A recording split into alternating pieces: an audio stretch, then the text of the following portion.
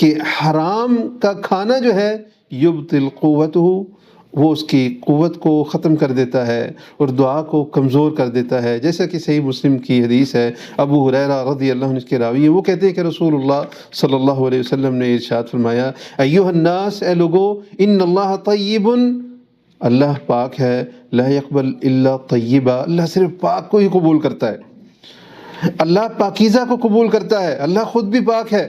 وَإِنَّ اللَّهَ، نبی علیہ السلام نے پھر قرآن مجید کے آگے آیات تلاوت کی، فرمایا وَإِنَّ اللَّهَ أَمَرَ الْمُؤْمِنِينَ وَإِنَّ اللَّهَ أَمَرَ الْمُؤْمِنِينَ بِمَا أَمَرَ بِهِ الْمُرْسَلِينَ، اللہ تعالیٰ نے مومنوں کو اسی بات کا حکم دیا جس بات کا اللہ نے رسولوں کو حکم دیا.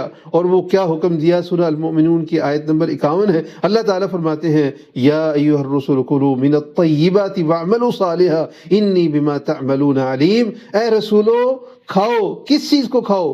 پاکیزہ چیزوں کو کھاؤ، واعملوا صالحا، اور نیک عمل کرو، یقیناً میں جانتا ہوں، علم رکھتا ہوں جو تم عمل کرتے ہو. اور اللہ تعالیٰ سورہ البقرہ آیت نمبر 172 میں فرماتے ہیں مومنوں کو مخاطب کرتے ہوئے، یا ایھا الذین آمنوا، اے ایمان والو، کلوا من طیبات ما رزقناکم، وہ پاکیزہ چیزیں کھاؤ جو میں نے تمہیں رزق عطا کیا ہے، جو ہم نے تمہیں رزق عطا کیا ہے، اس میں سے پاکیزہ چیزیں کھاؤ.